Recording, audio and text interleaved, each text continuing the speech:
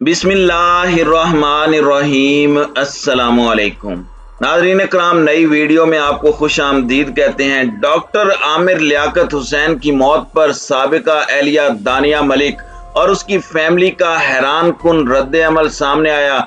जबकि पहली एहलिया घर पहुंच गई, इब्तदाई तहकीकात और इंकशाफात में खौफनाक हकायक सामने आने लगे। जबकि आमिर लियाकत हुसैन के घर में रिक्कत आमेज मनाजिर और मुलाजमीन की जानिब से भी तहलका खेज इंकशाफात किए गए हैं। जबकि आमिर लियाकत हुसैन की पोस्टमार्टम रिपोर्ट अहमियत इख्तियार कर गई है। वीडियो की तफसील में जाने से पहले चैनल पर नए आने वाले दोस्तों से गुजारिश है कि हमारे चैनल को सब्सक्राइब कर लें, बेल आइकन पर क्लिक कर लें, ऑल नोटिफिकेशंस को ऑन कर लें ताकि हमारी नई आने वाली वीडियोस आपको बर वक्त मिल सकें। नाज़रीन इकराम, तहरीक इंसाफ के मुनहरिफ रुकन कौमी असम्बली आमिर लियाकत हुसैन की पोस्टमार्टम रिपोर्ट अहमियत इख्तियार कर गई है। उनकी मौत बज़ाहिर कमरे में जनरेटर का धुआं भरने के नतीजे में दम घुटने से हुई, जबकि इलाके में लाइट न होने के सबब घर में नस्ब कैमरे बंद पड़े थे। ताहम पुलिस सीसीटीवी रिकॉर्डिंग साथ ले आई है। जाए वक़ूआ वाले कमरे से दस्तयाब शवाहिद और फिंगरप्रिंट्स भी हासिल कर लिए गए हैं। आमिर लियाकत की मौत की असल वजह हतमी पोस्टमार्टम रिपोर्ट के बाद ही सामने आ सकेगी। एक मजहबी टेलीविजन प्रोग्राम से शोहरत की बुलंदियों को छूने वाले आमिर लियाकत जिंदगी के आखिरी अयाम में काफी तनाज़ात का शिकार रहे और उन्हें अवाम ने भी शदीद तनकीद का निशाना बनाया, जिसके बाद उन्होंने मुल्क छोड़ने का फैसला किया। आमिर लियाकत की मौत हादसा है या कोई साजिश, इस राज से पर्दा पोस्टमार्टम रिपोर्ट के बाद उठेगा। नाज़रीन इकराम, डॉक्टर आमिर लियाकत हुसैन अपने प्रोग्राम्स में कई मुतनाज़े बयानात की वजह से मशहूर रहे। एक टीवी प्रोग्राम में डॉक्टर आमिर लियाकत एक लड़के के मुंह में आम ठूंसने की कोशिश करते हुए बार बार कह रहे थे, आम खाओ आम। जल्द ही ये जुमला जुबान ज़दे आम हुआ और सोशल मीडिया समेत हर जगह इस बारे में बहस होने लगी। कुछ इस मंजर से माजूज होते दिखाई दिए, जबकि अक्सर अफराद ने एंकर को शदीद तनकीद का निशाना बनाया। जुमेरात को कराची में डॉक्टर आमिर लियाकत की मौत की खबर ने सभी जानने वालों को झंझोड़ कर रख दिया। आमिर लियाकत नाजरीन को चौंकाने का फन हमेशा से जानते थे और वो आखिरी दम तक इस पर कारबंद रहे।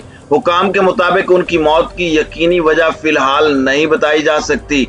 आमिर लियाकत के 2 दहाइयों पर मुश्तमिल सियासी कैरियर, उनकी निजी जिंदगी और सोशल मीडिया पर उनके कई बयानात तनाज़ात की वजह बने रहे। 2000 की दहाई के दौरान आमिर लियाकत हुसैन ने एक निजी टीवी चैनल पर एक मजहबी शो आलिम ऑनलाइन की मेजबानी की। खासकर बात यह थी कि एक जानिब उनके शो में अवाम बराह रास्त कॉल करके अपने निजी और दीनी मसाइल का हल दरियाफ्त करते और अमूमन इसका जवाब शो में मौजूद आलिम दीन दिया करते थे। दूसरी जानिब आमिर लियाकत की जानिब से शो के इख्तिताम में की जाने वाली तवील दुआ भी थी। ताहम इस शो के हवाले से मुतअद्दिद तनाज़ात वक्तन फवक्तन सामने आते रहे, जिनमें से कुछ खासे संगीन थे। एक प्रोग्राम में उन्होंने अहमदी कम्युनिटी को गैर मुस्लिम करार देते हुए उनका कत्ल जायज करार दिया। उसी हफ्ते सिंध में अहमदी कम्युनिटी के 2 अहमदी डॉक्टर्स को शहीद किया गया। उनके इस बयान पर इंसानी हुकूक की तंजीमों ने शदीद तनकीद की थी। इस शो के इख्तितामी प्रोग्राम्स में उनकी ऐसी वीडियो लीक हुई जिसे गालिब फिल्म का नाम दिया गया, जिसमें कैमरे के पीछे उनकी हरकत दिखाई गई और उन्हें मुतादिद मौकों पर नाजेबा कलिमात कहते भी सुना जा सकता था। इसी तरह एक कॉलर की जानिब से एक निजी मसला पूछने पर जब शो में मौजूद एक आलिम दीन ने कहा कि बहुत नाजुक सूरत हाल है, तो इस पर आमिर लियाकत हंस पड़े और यूं ये क्लिप अच्छा खासा वायरल हुआ। आमिर लियाकत जियो के अलावा ARY एक्सप्रेस, बोल टीवी और 24 न्यूज से भी वाबस्ता रहे। इस दौरान लोगों के साथ नाशाइस्ता जुबान इस्तेमाल करने और उनसे मुख्तलिफ अजीबो गरीब खेलों का हिस्सा बनाने पर भी उन्हें तनकीद का निशाना बनाया जाता रहा। एक प्रोग्राम के दौरान उन्होंने खुदकुशी के मनाजिर की नकल करने की कोशिश की, जिसके बाद उन्हें पैमरा की जानिब से नोटिस जारी किया गया। रमजान ट्रांसमिशन को 2016 में खैराबाद कहने के बाद आमिर लियाकत ने बोल चैनल पर सियासी मौज़ूआत पर टॉक शो ऐसा नहीं चले का आगाज किया। इस शो में उन्होंने इंसानी हुकूक की तंजीमों, सहाफ़ियों और ब्लॉगर्स पर जाती हमले भी किए।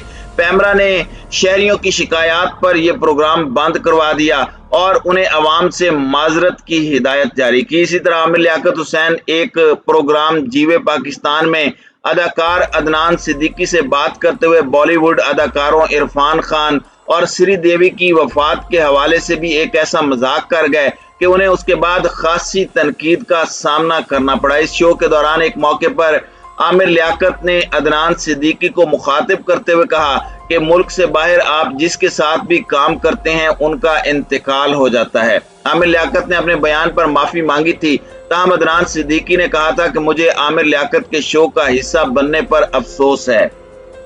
2018 में उन्होंने तूबा आमिर से शादी की और उसके बाद जब उन्हें एक मॉर्निंग शो पर बुलाया गया तो उन्होंने अपनी पहली बीवी को तनकीद का निशाना बनाया गया। उनसे जब सवाल किया गया कि उन्हें उनकी पहली बीवी ने दूसरी शादी की इजाज़त क्यों नहीं दी, हालांकि वो मजहबी खातून है, तो उन्होंने कहा कि दीन की तालीम हासिल करने और डिग्री के लिए दीन पढ़ने में फ़र्क होता है। ताहम रवां साल आमिर लियाकत की दूसरी बीवी ने उनसे खुला ले ली। ये खबर अभी पुरानी नहीं हुई थी कि आमिर लियाकत की जानिब से तीसरी शादी का ऐलान किया गया। आमिर लियाकत ने सैयदा दानिया शाह से रवां साल फरवरी में शादी की और इस बात का ऐलान करते हुए ये भी लिखा कि उनकी तीसरी अहलिया की उम्र 18 साल है। इस बारे में भी उन पर अपनी उम्र से बहुत कम उम्र की लड़की से शादी करने और फिर सोशल मीडिया पर उनकी उम्र बताने पर तनकीद की गई। ताहम ये शादी सिर्फ चंद माह तक ही जारी रह सकी और गुज़श्ता माह उनकी तीसरी अहलिया ने उन पर तशद्दुद के इल्जामात आयद करते हुए अदालत से तंसीखे निकाह के लिए रुजू कर लिया। आमिर लियाकत की जानिब से इन इल्जामात की तरदीद की गई। नाज़रीन इकराम, उनकी तीसरी अहलिया की जानिब से आमिर लियाकत पर संगीन इल्जामात भी आयद किए गए और आमिर लियाकत की ऑडियो और वीडियोस भी लीक की गई, जिसके बाद से आमिर लियाकत सख्त परेशानी का शिकार थे और जो इज्जत उन्होंने पाकिस्तानियों के दिलों में कई बरसों की मेहनत के बाद बनाई थी वो कुछ दिनों में चिकनाचूर होकर रह गई। आमिर लियाकत की वफात के बाद आमिर लियाकत की वफात के बाद दानिया शाह की वालिदा का पैगाम सामने आया, जिसमें उन्होंने कहा कि 3-4 दिन पहले आमिर ने कॉल करके कहा कि मैं सुलह करना चाहता हूं। मैंने कहा कि अभी टाइम दें। निजी टीवी चैनल जियो न्यूज के साथ गुफ्तगू करते हुए आमिर लियाकत की सास का कहना था कि मैंने टेलीफोनिक कॉल पर आमिर को कहा कि अभी आप थोड़ा खुद को संभालें, मामला बहुत बिगड़ चुका है, सुलह पर हमें सोचना पड़ेगा।